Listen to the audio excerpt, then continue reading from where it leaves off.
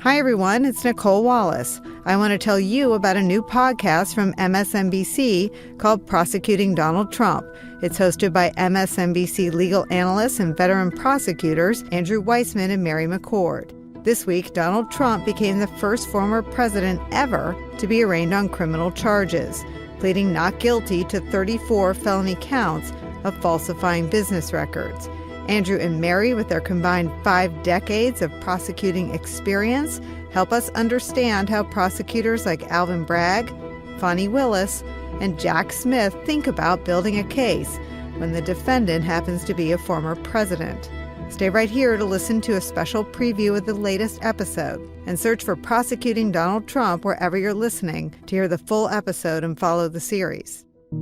The statement of the facts comes right out of the gate, framing this case really as part, I think, of the whole Donald Trump assault on democracy.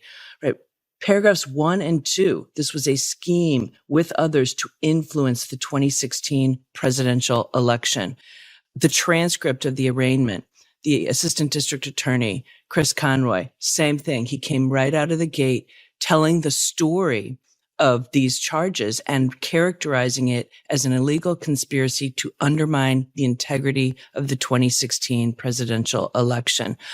First of all, it's unusual in my experience at an arraignment to even sort of talk about the facts of the case or the framing of the case up front. But I think this was so important in part because it is a false business records case. And we can talk about the significance of these. These are felony charges. They're commonly used in white collar work, as the district attorney Alvin Bragg explained during the press conference.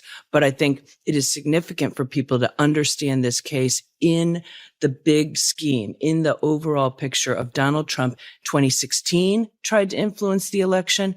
2020 tried to influence the election.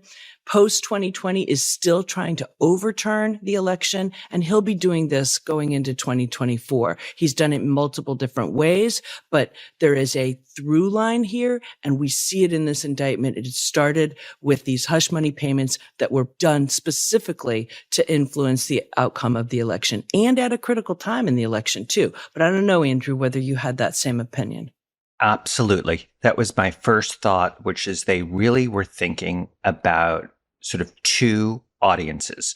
One was at an ultimate trial, how do you get a jury to care?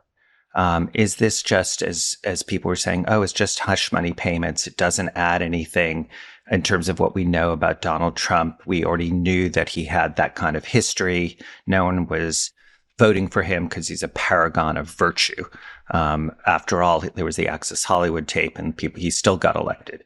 And what this was saying is this is actually an election fraud case. And that scheme happened to trip over these crimes, which is filing false business records. But it was really sort of why you should care.